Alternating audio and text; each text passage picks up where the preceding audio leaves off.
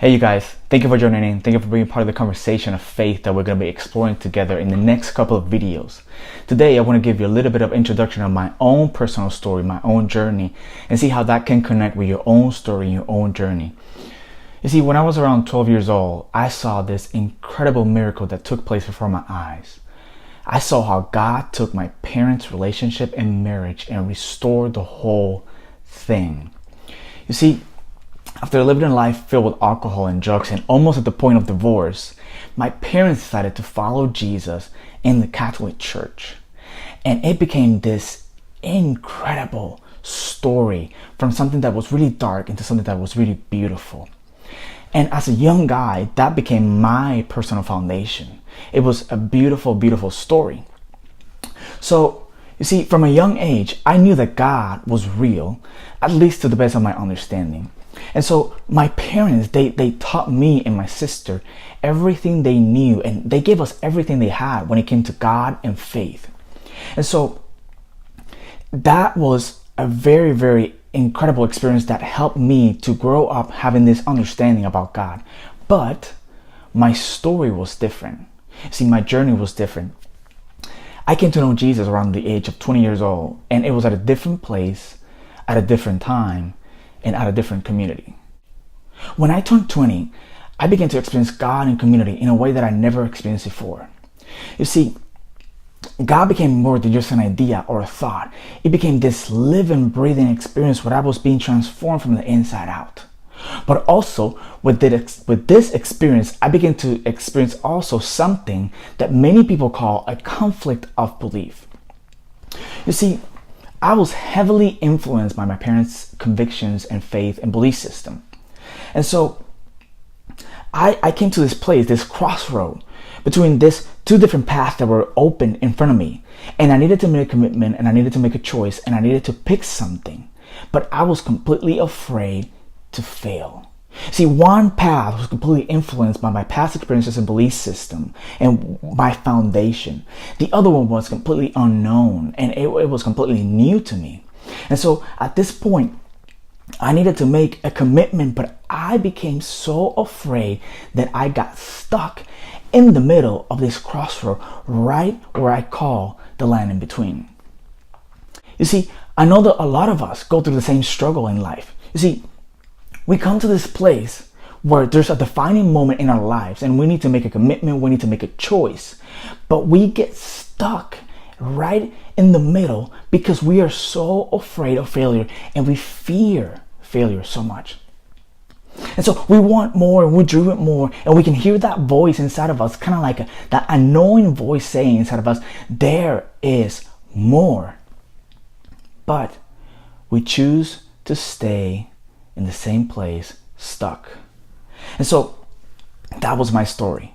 That was my journey. You see, I was so afraid that I decided to begin to live between these two different places in the middle of this crossroad. I began to go to one community and then one to the other, and then I would go to the other, and then I would go to the other, and I never committed to anything.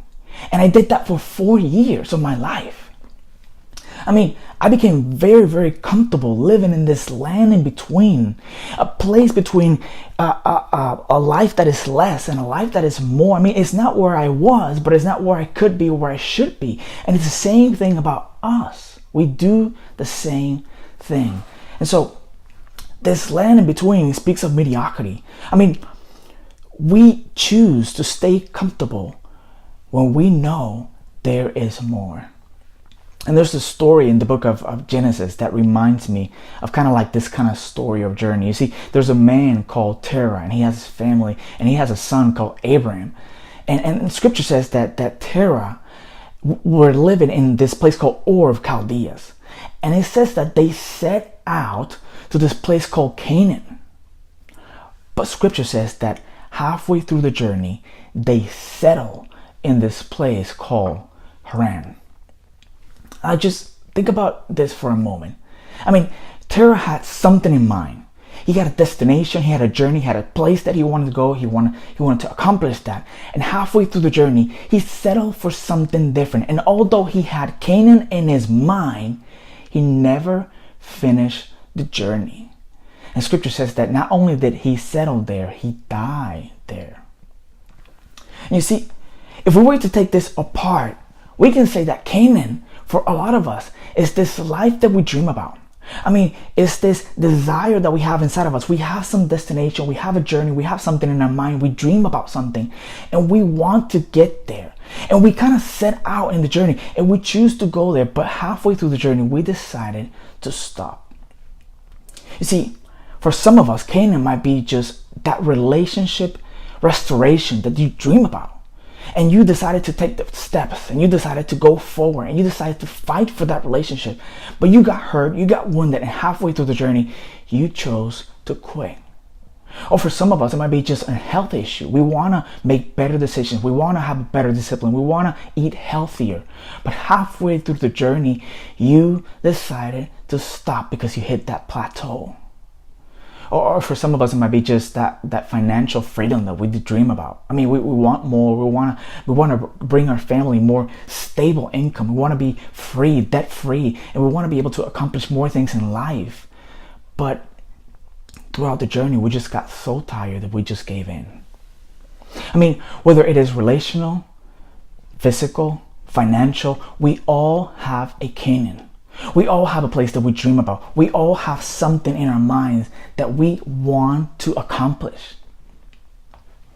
That's the nature of being a human. You see, humans are the only species with a natural inclination to dream and to create what is in our imagination.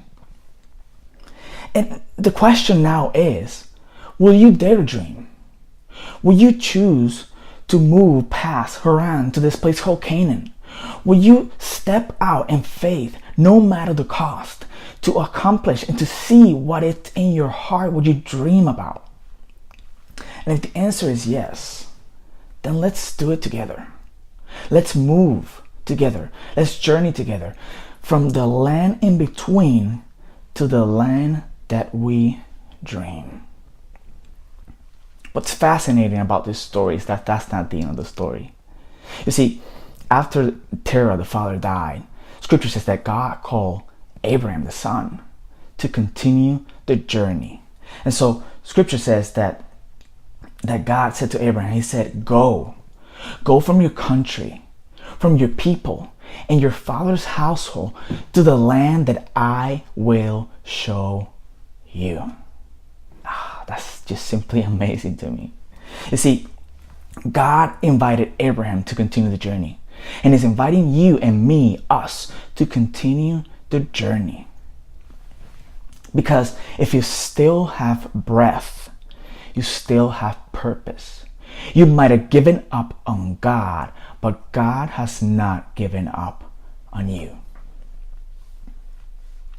I can trace back my life right in the middle of this crossroad, in the land in between, and the choice that I made to go to that path and choose that path that was unknown. It was both terrifying and yet fulfilling. And I can see how that created a ripple effect in my own personal journey and who I have become today and what I have accomplished in my life. It all came down to that one choice of choosing the path that was completely unknown to me. And so, here's my suggestion.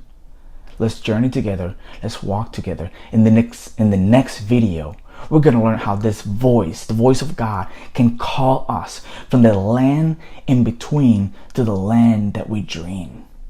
So just stay tuned, stay connected. Let's watch this together and let's journey together as we learn to connect to this voice and what is it that we need inside of us and how can we just listen to that voice and move Haran to Canaan. Thank you guys for staying connected, for joining in. See you guys in the next video. Love you much. Bye.